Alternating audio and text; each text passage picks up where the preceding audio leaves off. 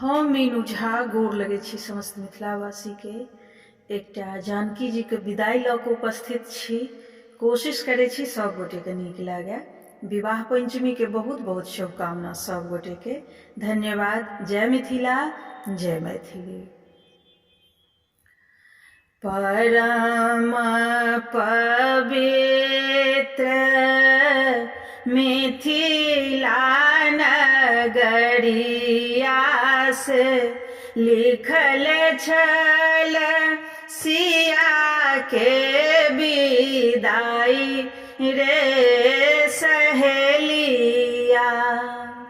लिखल छल सिया के विदाई रे सहेलिया। सिया जी के जन्म सुनि आनंद भेल नगरिया से दुअरा पर बाजई बधाई रे सहेलिया। दुअरा पर बाजई बधाई रे सहेलिया।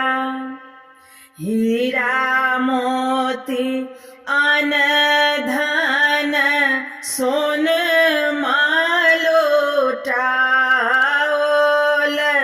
याचक के देल खूब विदाई रे सहेलिया। याचक के देल खूब विदाई रे सहेलिया। निस दिन सिया जी के लागे उबटन माँ से कब होइती सिया जी सियान रे सहेलिया। कब होइती सिया जी सयान रे सहेलिया। एक दिन सिया दाई हंसैत खेलैत में शिव जी के धनुष लेल उठाई रे सहेलिया।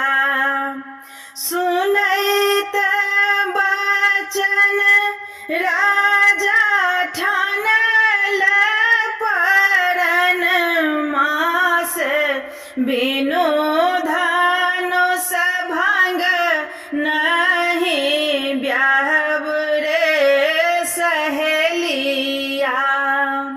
बिनु धनुष भंग नहीं ब्याह रे सहेलिया। सबहि भुवन के नोतल जनक जी ठानल स्वयंवर के दिन रे सहेलिया।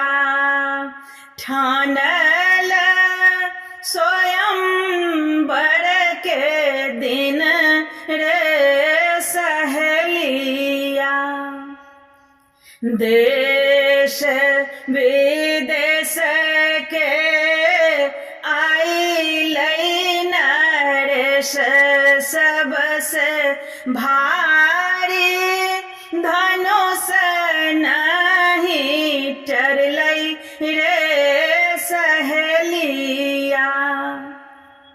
राजा सबके हाल देखी जनक जी के सोच भेल सिया रहली कुमारी रे सहेलिया।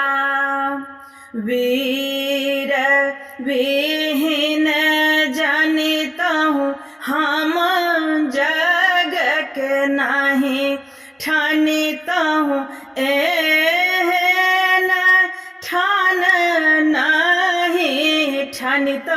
रे सहेलिया। जनक वचन सुनि लखन ऋषि आयल, तनिक हुकुम हम पाई रे सहेलिया। तनिक हुकुम हम पाई रे सहेलिया। तखन वचन सुने रामचंद्र कहलाने, गुरुजी से आज्ञा हम मांगब रे सहेलिया। एते वचन सुने राम जी सो सुनलाने, गुरु देल राम जी के आज्ञा रे सहेलिया। गुरु देलन राम के आशीष रे सहेलिया। रंग भूमि आबि रामचंद्र धनुषा उठाओल, धनुष भेलै तीन खंड रे सहेलिया। धनुष भेलै तीन खंड रे सहेलिया।